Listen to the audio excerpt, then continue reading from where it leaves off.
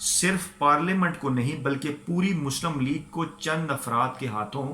یرمغال بنا رکھا تھا اور وہ سیاہ و سفید کے مالک تھے۔ کچھ عرصے سے ان چند افراد میں جنرل ضیاء الدین بھی شامل ہو چکے تھے، جنہوں نے نواز شریف کو یقین دلا رکھا تھا کہ جنرل پرویز مشرف ان کی حکومت کا تختہ الٹنا چاہتے ہیں۔ یعنی حامد میر صاحب ایک بیس بنا رہے ہیں۔ آج ان کا شاید یہ موقف ہے کہ جنرل ضیاء الدین کو بنانا اور مشرف کو ہٹانا ایک آئینی فیصلہ تھا نواز شریف صاحب کا، انہوں نے بالکل ٹھیک کیا، لیکن اس وقت انہوں نے کیا لکھا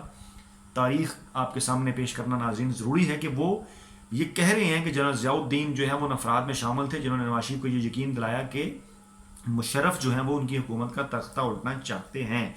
جنرل پرویز مشرف نے اگر اب یہ توجیہ پیش کر رہے ہیں جنرل مشرف کے حق میں جناب حامد میر صاحب کہ جنرل پرویز مشرف نے اگر واقعی نواز شریف کا تختہ الٹنے کا منصوبہ پہلے سے بنا رکھا ہوتا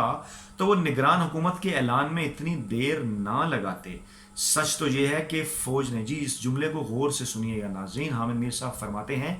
سچ تو یہ ہے کہ فوج نے نواز شریف حکومت کے ایک غیر آئینی اقدام کو روکنے کے لیے غیر آئینی طریقہ اختیار کیا۔ یعنی وہ نواز شریف کا وہ اقدام جس کی آج وہ حمایت کرتے ہیں، جس کے لیے وہ کہتے ہیں کہ ملک میں سول سپریمیسی ہونی چاہیے، وہ یہ فرما رہے ہیں کہ نواز شریف کا یہ اقدام غیر آئینی تھا جو انہوں نے مشرف کو ہٹایا۔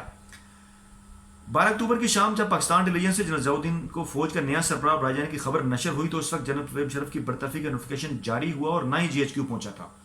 حامد میر صاحب فرماتے ہیں جی ایچ کو یہ بھی پتہ چل گیا تھا کہ جنرل پرویز مشرف کے بعد جنرل عزیز، جنرل محمود اور جنرل توقیر کو بھی ہٹا دیا جائے گا اور طارق پرویز کی ریٹائرمنٹ کا حکم واپس لیا جائے گا۔ خدا نہ خواستہ، جی غور کیجیے گا، خدا نہ خواستہ یہ منصوبہ کامیاب ہو جاتا تو فوج میں شدید بے چینی پھیلنے کا خدشہ تھا، لہٰذا اس منصوبے کو روکنا فوج کی نہیں بلکہ ملک و قوم کی زندگی اور موت کا مسئلہ تھا۔ جی بالکل،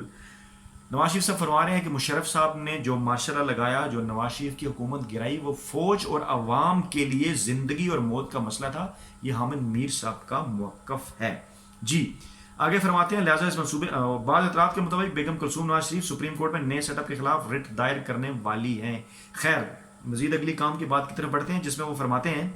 کہ ضیاء الحق کے مارشل لا کو نظر ضرورت کے تحت جائز قرار دیا گیا، لیکن ان کے مارشل لا میں اخبارات کی آزادی چھیننے کے علاوہ سیاسی جماعتوں پر بھی پابندی عائد کر دی گئی، لیکن امریکہ نے اس مارشل لا کی مخالفت میں ایک لفظ نہیں بولا تھا۔ اب وہ گراؤنڈ بنا رہے ہیں ضیاء کے مارشل لا کی جو ہے وہ اس وقت مخالفت کر رہے ہیں، ایک باقاعدہ گراؤنڈ انہوں نے بنایا اور مشرف کے مارشل لا کی وہ حمایت کر رہے ہیں۔ اور ہمیشہ اس طرح ہوتا ہے کہ جب ملک میں ایک نیا مارشل لا آتا ہے تو ہمارے میڈیا اور صحافی حضرات کیسے اس کی حمایت کرتے ہیں وہ میں آپ کے سامنے رکھ رہا ہوں، اور پھر کیسے بعد میں وہ جمہوریت کے چیمپئن بن جاتے ہیں۔ حامد میر فرماتے ہیں جنرل پرویز مشرف نے اخبارات کی آزادی چھینی ہے اور نہ ہی سیاسی جماعتوں پر پابندی لگائی ہے، کیونکہ انہیں اخبارات یا عوام سے نہیں بلکہ مفاد پرستوں کے گروہ سے نمٹنا ہے۔ اس لیے عام لوگ مطمئن ہیں، عام لوگ بھی مطمئن تھے، اور شاید حامد میر صاحب بھی، اس لیے وہ فرما رہے ہیں کہ امریکہ کی چیخ و پکار پاگل پن کی حد تک بڑھ رہی ہے۔ جنرل پرویز مشرف کو اس چیخ و پکار پر توجہ دیے بغیر انتہائی اطمینان کے ساتھ معیشت اور جمہوری اداروں کی بحالی کے لیے منصوبہ بندی کرنا ہوگی۔ جی بالکل، فری ہینڈ دے رہے ہیں حامد میر، انہیں جناب فری ہینڈ دے سکتے ہیں۔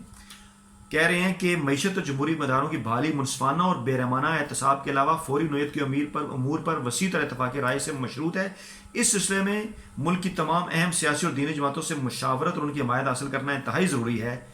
یہ حامد میر صاحب جنرل پرویز مشرف کو مشورہ دے رہے ہیں۔ اور ناظرین، سیاستدانوں کو جب صحافی مشورے دیتے ہیں تو اپنے آپ کو شاید ہواؤں میں اڑتا ہوا محسوس کرتے ہیں، اور اسی لیے ان کے تعلقات بھی ان کے ساتھ بن جاتے ہیں کہ میں نے فلاں چیف مارشل ایڈمنسٹریٹر، فلاں چیف ایگزیکٹو، فلاں وزیر اعظم کو، فلاں پارٹی کے سربراہ کو یہ مشورہ دیا۔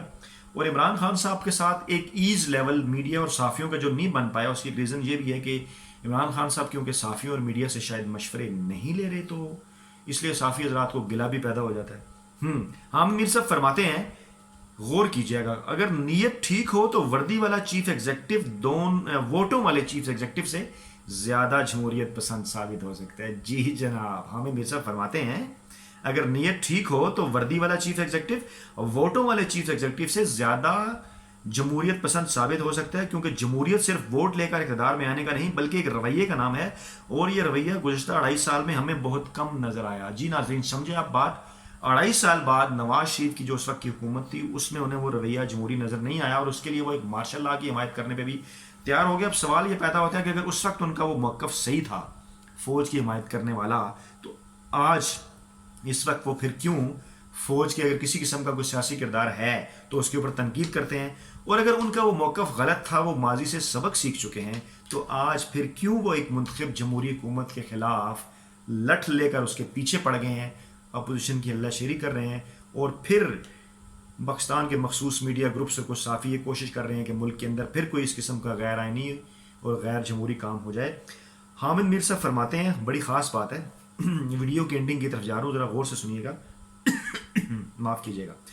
ابھی تک وردی والوں کا یہ رویہ نواز شریف کی حکومت کی نسبت زیادہ جمہوری ہے۔ جی، فرماتے ہیں وردی والوں کا رویہ نواز شریف کی حکومت کی نسبت زیادہ جمہوری ہے، خدا کرے کہ یہ رویہ برقرار رہے اور مزید فروغ پائے۔ جی، کہ وردی والے اسی طرح جمہوریت شاندار طریقے سے چلاتے رہیں اور مزید فروغ پائے یہ رویہ، تاکہ آنے والے وقت میں ووٹوں والے سیاست دان وردی والوں کی جمہوریت سے شرم کھا کر خود کو بہتر کر سکیں۔ کاش میرے سمیت صحافی بھی شرم کھا کر خود کو بہتر کر سکیں۔ میرے مالک، ہم کیا کچھ بیچتے رہے ہیں دوستو، یہ میڈیا، یہ صحافی کیا کچھ بیچتے رہے ہیں اور ابھی بھی کیا کچھ بیچ رہے ہیں، صرف اور صرف سستی ریٹنگ اور مشہوری کے چکر میں۔ ناظرین، آپ کے ساتھ وعدہ رہا کہ یہ سلسلہ جاری رہے گا، آپ کے فیڈ بیک کا انتظار رہے گا۔ اپنا بہت خیال رکھیے گا۔ اللہ حافظ۔